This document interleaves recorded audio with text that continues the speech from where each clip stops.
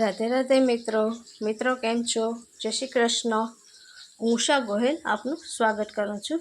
મિત્રો, આજે હું વેજીટેરિયન દમ આલુ બિરયાની બનાવું છું. તો આ તેની બધી સામગ્રી છે.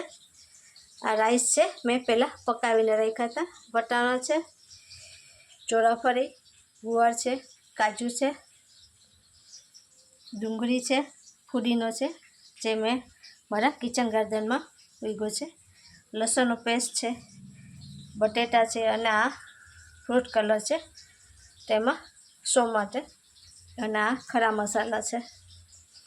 તો સૌ પ્રથમ પહેલાં આપણે ડુંગળીને ફ્રાય કરી લઈશું. અને આ મેં પતંજલિનું રાઈસ વાપર્યા છે. તે રાઈસની બિરયાની એકદમ સરસ બને છે અને એક એક દાણો તમે જોઈ શકો છો છૂટો છે. તો બિરયાની તેની ખૂબ સરસ થાય છે. અહીંયા મેં ડુંગળીને પહેલાં ફ્રાય કરી લીધી હતી. તો આ ડુંગળી છે અને આ કોલસો છે તે આપણે દમ આપશું તે માટે. અને અત્યારે ફ્લાવર હું ફ્રાય કરી રહી છું. તો આપણે ફ્લાવર ફ્રાય થઈ ગયા છે. આપણે ફ્લાવર ફ્રાય થઈ ગયા છે. અને એક બાજુ આપણે કાજુને 100 પીસ માટે રાખવા માટે કાજુ પણ ઘીમાં થોડા ફ્રાય કરી લેવાના, તેથી ક્રન્ચી લાગે. અને આ બિરયાનીના ચોખા છે. આપણે બટેકા પણ હવે ફ્રાય થઈ ગયા છે. તો આપણે તેને કાઢી લઈશું. બટેકા, ફ્લાવર, ડુંગળી બધું ફ્રાય થઈ ગયું છે. હવે આપણે તેલ મૂક્યું છે અને તેલમાં આપણે બધા ખરા મસાલા નાખશું.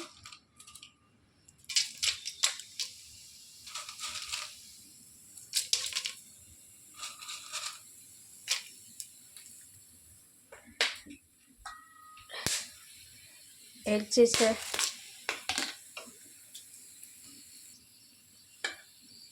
હવે આપણે તેમાં ડુંગળી નાખશું. ડુંગળીને ફ્રાય કરી લઈશું.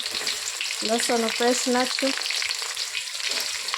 મરચું પાવડર, હળદર, આમાં બધું મિક્સ કરી લઈશું. નમક આપણે નાખશું.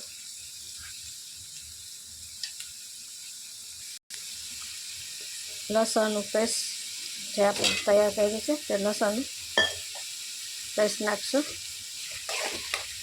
અને હલાવી લેશું.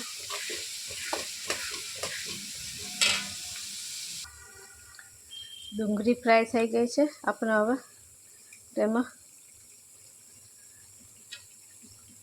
ધાણા પાવડર નાખશું,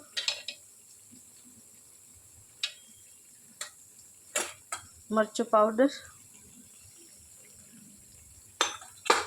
અને હળદી પાવડર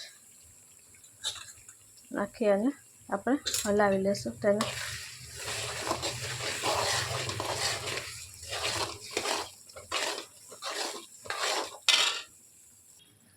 મસાલો ફ્રાય થઈ ગયો છે. સરસ કલર પણ સરસ આવી ગયો છે. તો હવે આપણે તેમાં ધીમે ધીમે ફ્લાવર અને બટેટા જે ફ્રાય કર્યા હતા તે આપણે તેમાં નાખી દઈશું.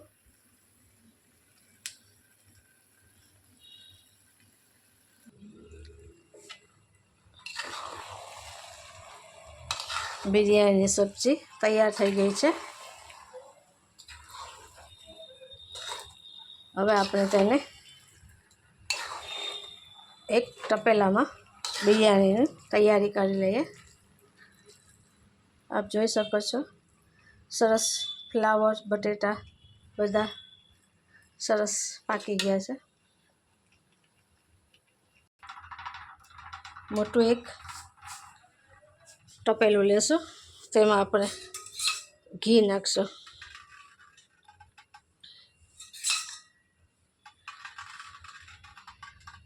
અને પછી આપણે તેમાં જે આપણે ચાવલ બનાવેલા હતા પહેલાં તે આપણે એમાં નીચે ફરતા ભાત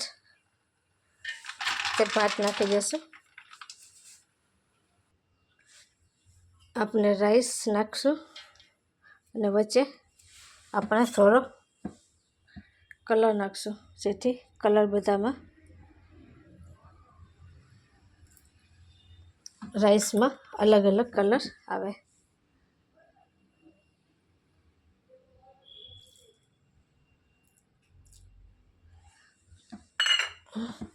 પાછા આપણે થોડા રાઈસ નાખશું.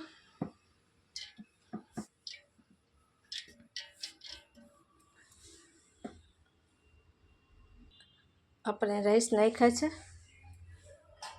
હવે આપણે એમાં થોડી સબ્જી નાખી દઈશું.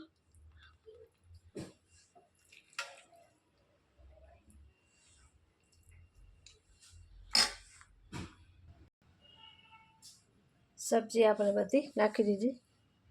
પાછી થોડા આપણે તેની માટે બીજું થર બનાવશું. તેમાં પાછો ભાત નાખશું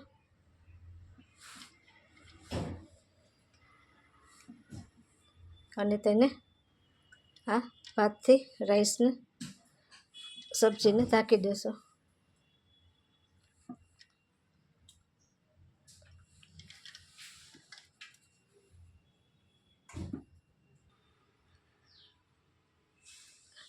રાઈસથી આપણે બધું ઢાંકી દીધું છે. હવે આપણે આ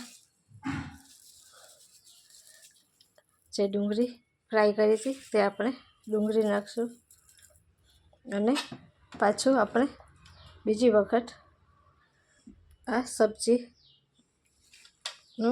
એક ફર્ક બનાવશું.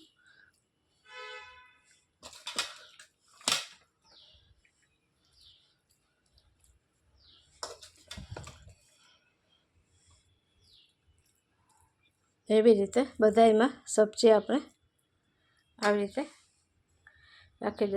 આપણે સબ્જી રાખી દીધી છે. હવે આપણે ફરીથી આમાં ચોથી લેયર કરશું. આપણે રાઈસ પાછો ફરીથી નાખશું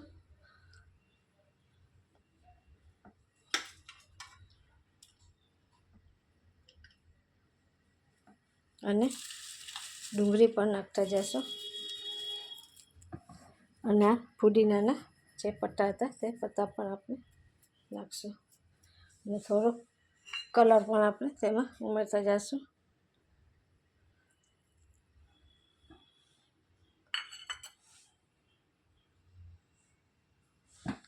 આપણે ચોથી પણ કરી દીધી અને કલર આપણે અલગ અલગ કલર કર્યો છે, તેથી રાઈસ સરસ લાગશે. અને આ ડુંગળી છે અને આ કાજુ છે, તો કાજુથી આપણે તેને સુપોષિત કરી દઉં.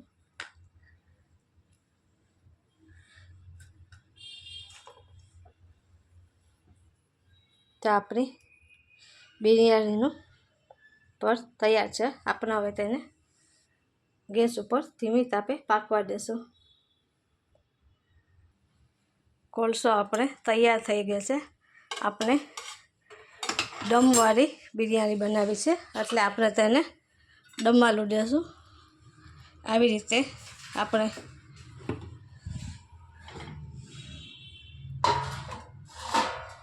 એક વાસણમાં આ જે કોલસો છે તે કોલસો આપણે એમાં રાખી દઈશું.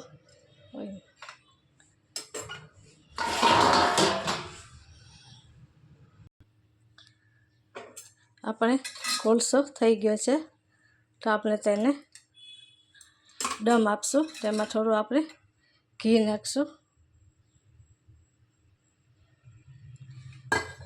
જેથી આ તેની સુગંધ બધામાં બેસી જાય. આપણે ઢાંકી દઈશું એને અને હવે આપણે તેને ધીમા તાપે બિરયાનીને પાકવા દેશું.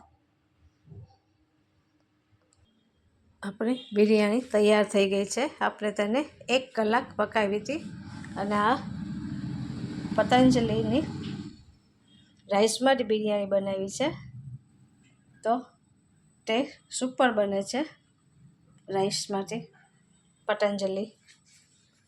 તો આપણે બિરયાની તૈયાર છે, જોઈ શકો છો તમે. આપણી બિરયાની તૈયાર. હવે આપણે તેમાંથી આ દમ આપણે મૂક્યો તો તે આપણે કાઢી લેશું.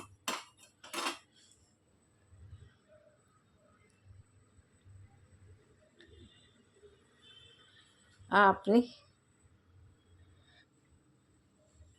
બિરયાની તૈયાર છે. તો આ રેસીપી તમને કેવી લાગી તો શેર કરજો,